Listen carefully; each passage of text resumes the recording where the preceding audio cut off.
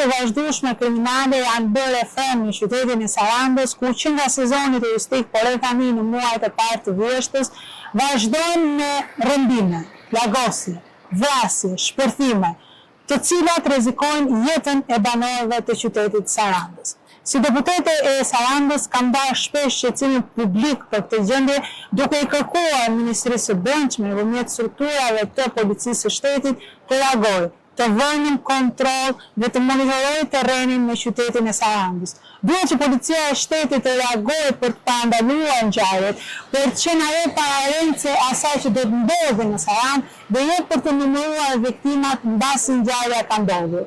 Shpërthimet e hapësirshme të ngjarjeve që edhe qytetarët dhe banorët e Sarandës i dinë dhe i presin. Vetëm policia e shtetit nuk i di dhe nuk merr masa për të kapur autorët. Unë bëj thirrje si deputete e Sarandës të kthejmë syt nga ky qytet. Ky qytet po kthehet si Palermo e viteve 80 dhe nuk është qyteti që meritojnë banorët e ndershëm punëtorë të Sarandës.